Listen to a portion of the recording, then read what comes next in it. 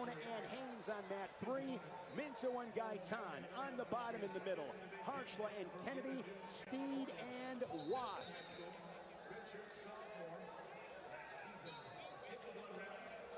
Haynes back on February 6th with a tech fall against the Wolverine Bo Mantanona, 19-4. On mat number 4 with Harchla and Kennedy. This is the 6th meeting in their careers. Harchla owns the series 3-2, but this season, Kennedy has won 2 of the 3, but Harchla won the last one at the Big Tens, 7-3. Again, you talk about not just one rusty pickup truck, that hard-working pickup truck in Kennedy. There are a couple on mat 4. Yeah, similar make and model, probably the same dealership.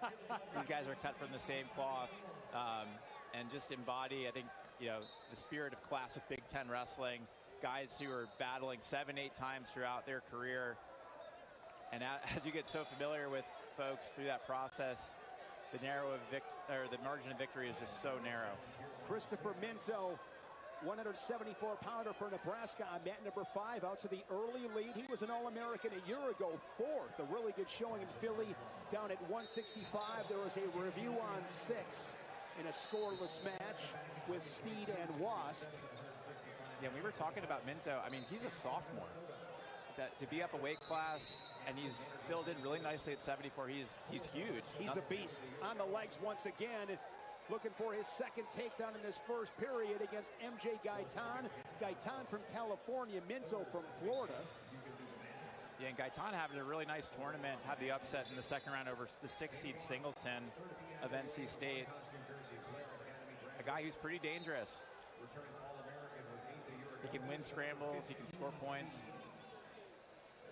Levi Haynes, 3-time All-American, 4-time Big Ten champion. Haynes began his career at 157, made the national final at 157, lost to Austin O'Connor, and then the following year beat Ja'Cory Teamer. Then he was at Arizona State to claim his title, bumps up to 174 last year and takes 3rd behind Dean Hamady and Keegan O'Toole. He's got riding time over a minute, looking to lock that cradle up. He's got it locked. He's going to rock it on back. That's a tough cross-face cradle.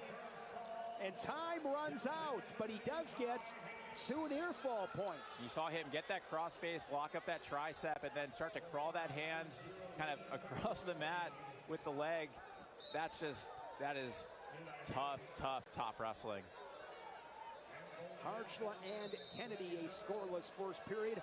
I would say this, for Patrick Kennedy and Carson Harchla, you and I talked about this earlier. These guys know each other so well, they have to invite each other to their weddings. They have to. Yeah, I mean, make them a groomsman. You think about the impact they're having on each other's lives, the competitive baggage they're going to carry from one another. After this tournament's over, I didn't invite Bobby Telford to my wedding. And you guys wrestled how many times? We wrestled throughout our entire career, high school, college, I think 8 times. 8 times. And I have some other ones, 7, 8 times. Go down and give him a big hug after this session. Say, get over here, Bobby. Come on over here. I mean, he might just hit me with a hard collar tie and snap me down. But that respect, it lasts forever. It really does. I mean, you know how much goes into this sport, the commitment it requires to be successful in Division I. You have to really live a certain lifestyle to set yourself up for success. And the guys who make that choice, make those sacrifices, I mean, it's a sport unlike any other. Harchla gets the escape, 1-0, and Telford, you fear pretty well against him, and he's tough, really tough. Yeah, I mean, I think 3-time All-American, huge recruit coming out of high school, current assistant at Iowa. He's done a great job with the upper weights there. From Delaware. From Delaware. The first state. Minto, 3-2 lead. They're wrestling neutral on mat number 5. Levi Haynes, riding time approaching 2 minutes. We'll see Bo's brother Brock coming up at 184, the Manzanones from California. A couple of really talented Wolverines. Levi Haynes Awesome different kind re-attack. of ammo. Top right from Minto. Got to that leg, got his head to the outside, immediately ran the pipe. Now he's working that right hand across. Gaitan trying a chest drop, but Minto stays heavy. And mat number 5 adds to his lead, now 6-2. Yeah, building the riding time as well. I think he's going to get over a minute. Steed and Wask a scoreless first period on mat number 6. Wask, an All-American last year, placing 8th. He knocked off the 2-time Ivy League champion Simon Ruiz, who was 4th a year ago last night. Lockett on mat number 7, leading 1-0 early third. That is upper right, big in the team race. Araujo and Lockett, they are now tied up at 1. Seafelt and Brignola, bottom right on mat 8, 5-5 in sudden victory. Believe that is now a final on 8.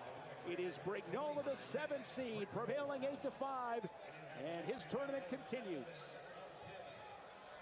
Bottom right, Cam Steed of Missouri, in on a nice lefty sweep. Methodical, works up the hips. Now Kennedy goes underneath, pops to his feet. Uncontested by Harshla, 1-1 between Big Ten combatants Harshla and Kennedy. Steed, actually, that was the reversal for him. So instead of the 3 points for the takedown, 2 on the reversal, 1 escape for Wask. Much narrower match, 2-1 with 1:10 left in the second. Looking at the 174-pound quarterfinals, there in the middle on mats 3 and 5, and down below on 4 and 6. Those consolation matches on mats 1 and 2, and 7 and 8. Crazy situation, top right. Minto was on his back, I think, for a second. He scores again, another takedown for Minto as he widens the gap, now 10-3. That riding time over a minute. Shane, are you surprised that Harshla and Kennedy are 1-1 in the third period? I am not. I have read this book several times. Kennedy heard me. In on a shot. Good job, Iranian position. Trying to capture that far leg. Harshla capturing that far ankle. Down to 40 seconds in regulation. Riding time a non-factor on mat number 4. Levi Haynes, over 3 minutes of riding time. I got to look back at my text messages. Somebody texted me about the riding time we were asking last night because we saw somebody with riding time over a minute. Like, has anybody ever gone, 6 minutes? Yep. I'll have to look at that. A tech fall for Levi Haynes. Now a 4-time All-American from Arntsville, Pennsylvania, Baylorville High School, Levi Haynes. What a career he has had in that Nittany Lions singlet. Incredible. Bottom right, mat 6, 2-2 tied up between Steed and Wask early in the third period. Neither guy's been able to get it going on their feet yet. Some good mat wrestling in the second with Steed getting the reversal. As I predicted before the broadcast, Mike, 1-1 to sudden victory. Harshla and Kennedy.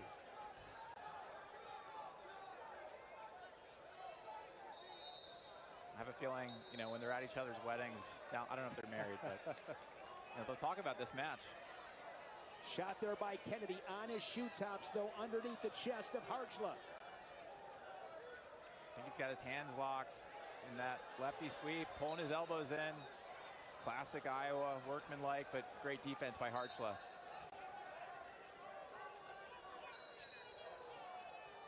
Tight matches on the bottom in these 174-pound quarters on 4 and 6.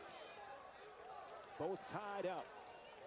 On mat number 5 with the riding time, it'll be an 11-3 major decision for Christopher Minto, the Cornhusker, into the semifinals. Yeah, and he's looked sharp this entire year. I think as of late in particular, he had a great Big Ten tournament, had a close match with Haynes in the finals, and it looks like he's given himself a